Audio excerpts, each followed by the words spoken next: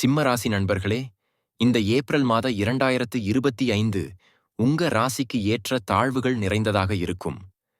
மாதத்தின் தொடக்கத்திலேயே சூரியன், சனி, ராகு, புதன், சுக்கிரன் ஆகிய 5 கிரகங்களும் உங்கள் 8ஆம் வீட்டில் அமர்வதால் உடல் ஆரோக்கியம் பாதிக்கப்படும்.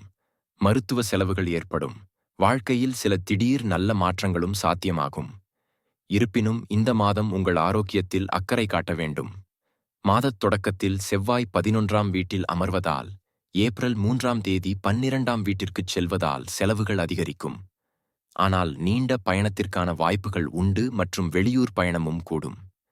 ஏப்ரல் 14ஆம் தேதி சூரிய பகவான் உங்கள் 9வது வீட்டில் நுழைகிறார். இது உங்கள் மதிப்பு, மரியாதையை அதிகரிக்கும். நீங்கள் சமூகத்தில் ஒரு பெரிய பதவியை அடையலாம். இதனுடன் நீங்கள் கௌரவிக்கப்படலாம்.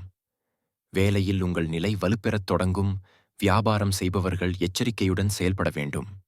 இல்லையெனில் சில சிக்கல்கள் ஏற்படலாம். சட்டச் சிக்கலில் சிக்குவதைத் தவிர்க்கவும். வீண் வம்பு வழக்குகள் ஏற்பட வாய்ப்புள்ளதாக இருக்கும். திருமண உறவுகளில் ஏற்ற இறக்கங்கள் இருக்கும். உங்கள் மனைவியின் உறவினர்களுடன் சண்டைகள் ஏற்படும். காதல் உறவுகளுக்கு மாதத்தின் ஆரம்பம் பலவீனமாக இருக்கும். அதன் பிறகு காலம் படிப்படியாக சாதகமாக மாறும். நிதி ரீதியாக இந்த மாதம் சற்று பலவீனமாக இருக்கும். மாணவர்களுக்கு சாதகமான முடிவுகள் கிடைக்கும்.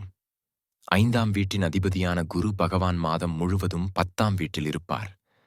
சனி பகவானின் பார்வை மாதம் முழுவதும் குரு மற்றும் 5வது வீட்டில் இருக்கும். இதன் மூலம் உங்கள் காதல் உறவுகளின் தீவிரத்தை நீங்கள் உணர்வீர்கள்.